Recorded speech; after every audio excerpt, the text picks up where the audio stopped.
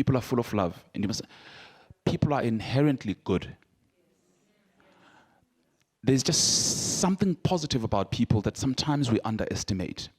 And that love will sustain you one day. Eventually, though, Guala lost his battle against cancer, and South Africa lost a passionate and dedicated nation builder. Guala is survived by his wife and 3 daughters. He will be mourned by a nation. Go well, XG.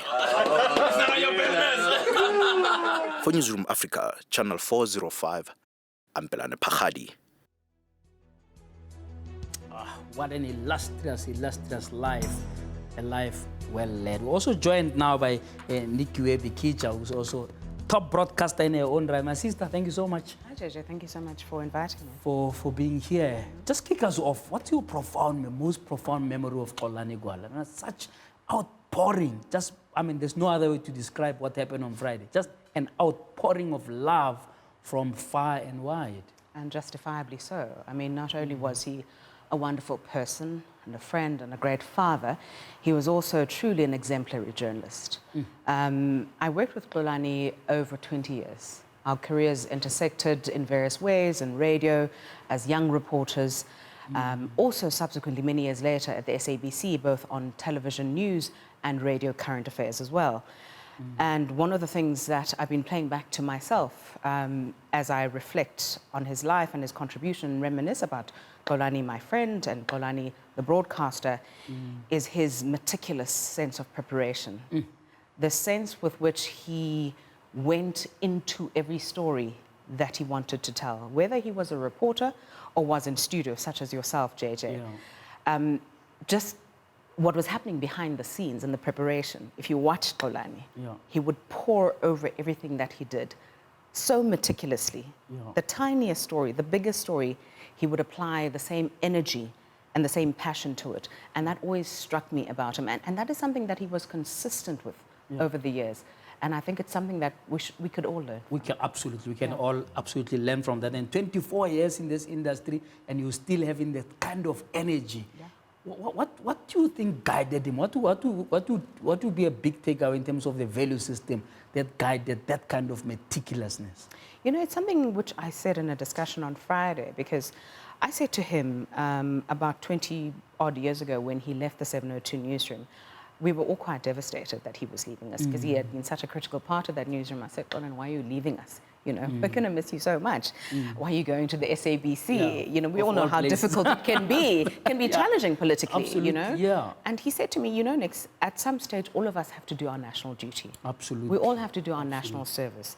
And that impressed upon me how he saw the craft of journalism, that it wasn't merely a career, that it was a service, that he saw it as his duty to tell these stories and to tell them in the manner in which I've just described. And certainly I think throughout his career, whether it was on radio, whether he was reporting, a current affairs anchor in isiZulu or in English, on television, on radio, he applied the same principles. Absolutely. And that's how I remember him. Absolutely. Robert, what's your most profound recollection? I know that you guys were close, and condolences to you as we pass those condolences also to his family and other friends.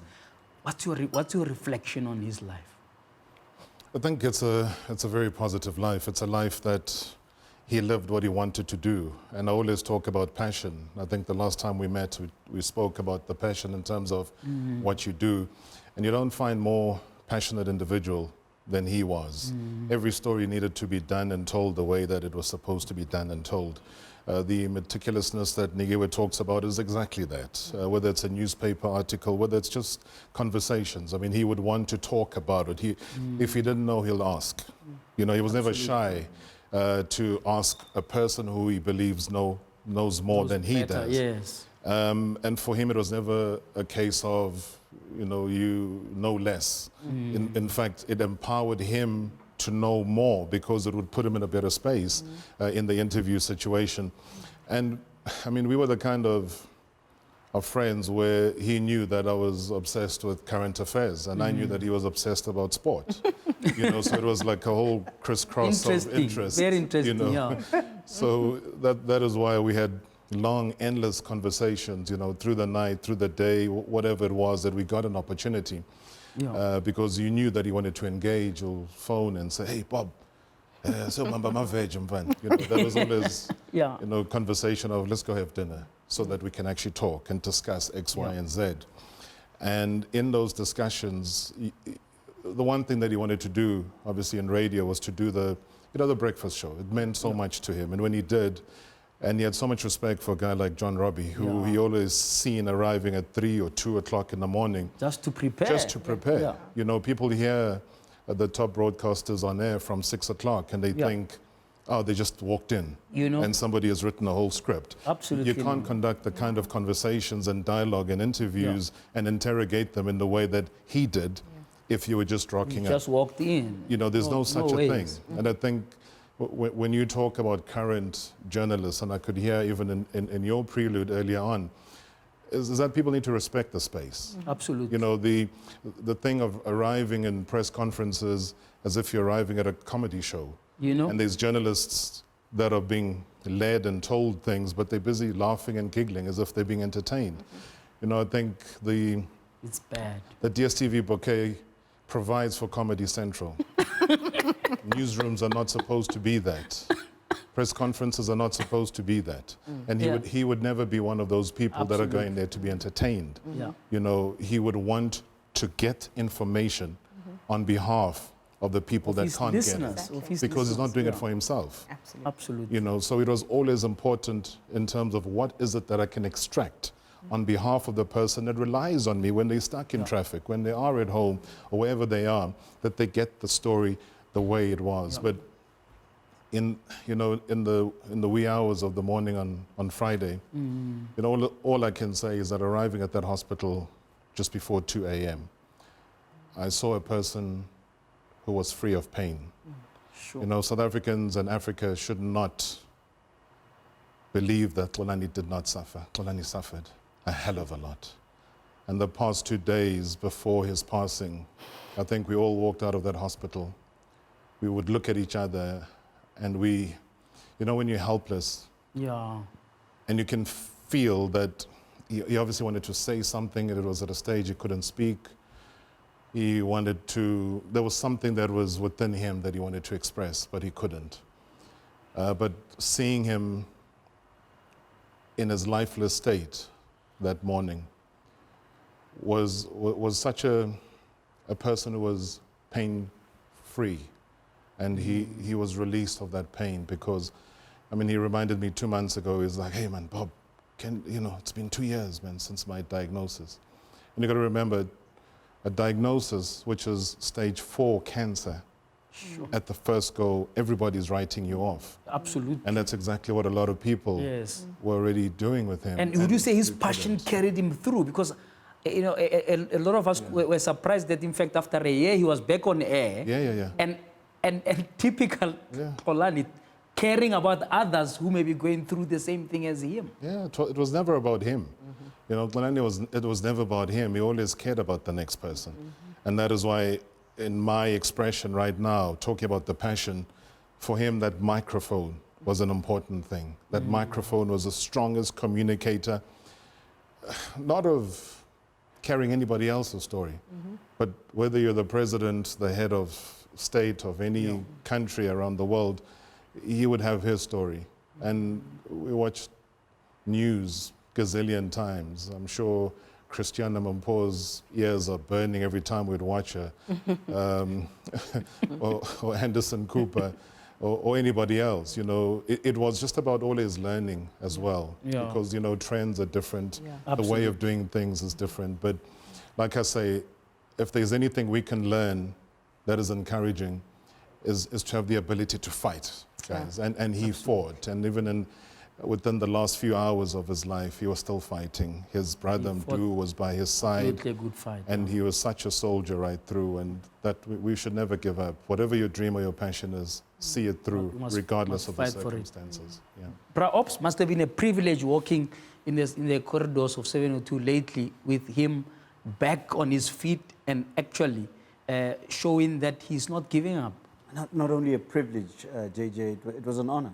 I mean, I didn't have the privilege of knowing Xolani as long as my colleagues here have known him.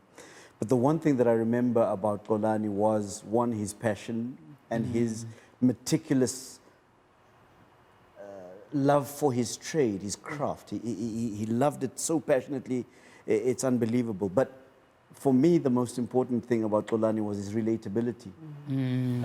As sophisticated as he was as a journalist, as much of a high ethic that he demonstrated in the way that he did what he did, it appears to me that his goal in life was to demystify the story such that those who are the consumers of that story understand it for themselves. Very often in this business, we get to be a little bit elitist about the way that we tell the stories. And speak over the heads of our Absolutely. listeners or viewers. And Xolani not only had the technical ability to be able to understand the story and communicate it, but he communicated it for the audience that he wanted that story communicated for. And that brought about a level of demystification, a relatability. I mean, I cautiously got to understand and know Xolani because obviously he's senior to me in terms of the business, but he was the kind of guy that you could walk into a room with and giggle about a specific thing like little schoolboys. And for me, that was the one part that I call it the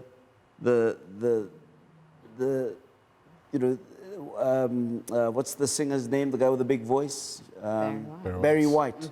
I call it the Barry White factor as far as Xolani was concerned.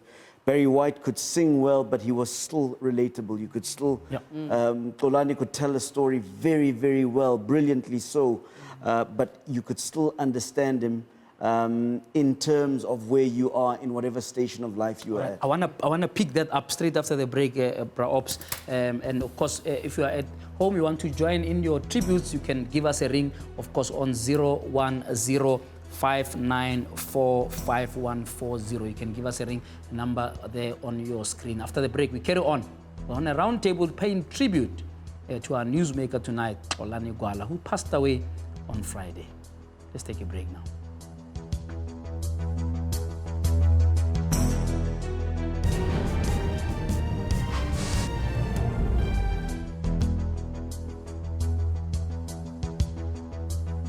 Somber evening here on Your View tonight as we pay tribute to Xolani Gwala, who passed away on Friday. And of course, I've got colleagues and friends around the table to pay tribute. Of course, you can join in those tributes at hashtag Your View on 405. You can tweet us at JJ Tabane at Newsroom 405. Bra Ops, if you just round off this whole issue of a storyteller, and we're talking about that off air, about how easily he could transcend from being on Ukozi to being on SABC 1, to being on SAFM, to being on 702. Amazing talent. You need to do that, Deborah Ops.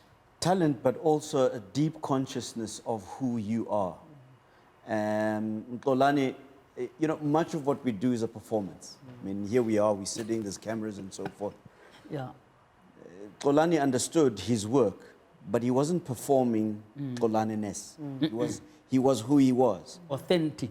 And that's why Xolani had the ability to speak isiZulu as well as he could speak Isingisi or English in the way that he delivered the storytelling process. And that's what people resonated with. That's what people related with. The ability to be you regardless of what platform you find yourself on. And I think that's why all of us are still mesmerized by his legacy, by who he was, because he was able to touch us at so many different levels and still remained authentic. We can act this thing, we can perform this thing. Yeah. Xolani didn't perform it. He did it because he believed it, and he believed it because he was it. He was the consummate professional, he was the consummate storyteller, and above all, he was a consummate journalist. And for that reason, I think he personified the ability to live your purpose. And while we all aspired to be like him, there was a sense that we are already like him. There was that humility about him too, that was all embracive, even though this was a guy that was at the top of his game. Absolutely, absolutely. If you've just joined us, we are paying tribute to Xolani Gwala. Let's go to your lines now and listen to Ngedile in Wolmaranstad. Good evening to you, Ngedile. Ngedile. Evening, JJ. Evening to you. Hello, JJ. How are you? JJ? We can hear you. Go ahead. Yeah, good evening, JJ. Evening. No, I'm fine, man. Yes, go for it. Yeah, JJ. When I grew up, I used to listen to Xolani Gwala, especially Sunday, when they get talk show at Kulume, and he went to SAFM. Yeah, that man was a great man. When it comes to a talk show, he was one of the best talk show presenters. So for me, to the family of Guala, yeah, congratulations to the family of Guala and listeners of all radio stations and TV show where used to work. We lost a great man. Thank you. Thank you very much, Ngedile, there in Wolmaranstad. Certainly a sentiment pouring out across the country about just his humility and his accessibility and so on. But of course, you know, his death coming at a time when there's a big spotlight on journalism. Just last week, we're dealing with a situation where a minister had the audacity to actually suggest that he paid journalists. And then, of course, a few days later, they said, oh, no, actually, they didn't actually mean it. But the fact that he was able to say that, it means that it was, in his view, landing in an atmosphere where that could be believable.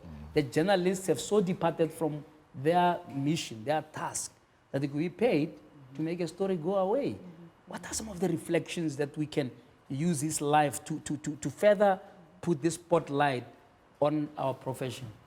I think Aubrey had put it so beautifully and so articulately about his sense of authenticity and relatability, and both of those elements speak to credibility and integrity. It is the core of our craft in journalism is to seek the truth. Therefore, we ourselves must seek to embody it. Absolutely. In seeking to hold others to account, we must practice our work in the same way. The values which guide journalism are around accuracy and timeliness and truthfulness. If we don't guard those jealously from the onset, then we ought not be doing that.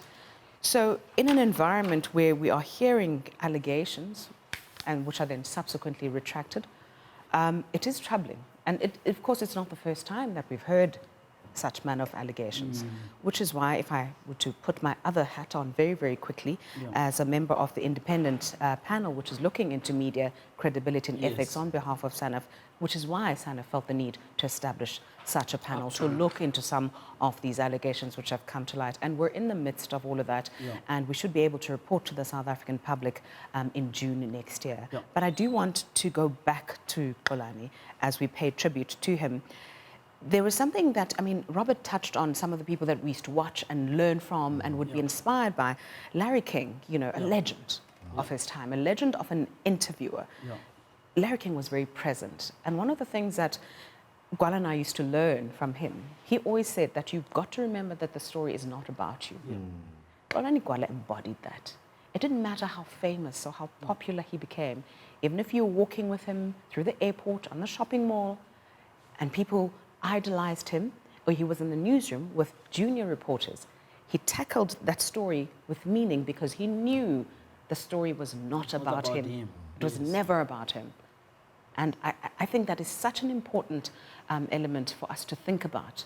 And I know that, particularly in the age of social media, where there's a lot of hype around people's followers and brand, etc. You must not believe the hype. Yeah, you know, don't believe your own hype. Remember the story. Absolutely. Always go back to the story. Joseph in Hammanskraal, good evening to you.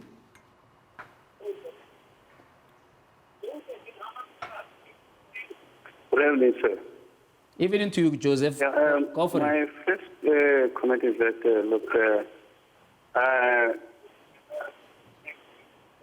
yes, can you hear me? We can hear you, Joseph. Go for it. Can you hear me? That's right. So my first concern is that the early, why can't we have doctors who can detect this problem at an early stage. Okay, that is my first concern. Now, my second concern, like when I was watching them, it was a question of AIDS has got money being channeled into it.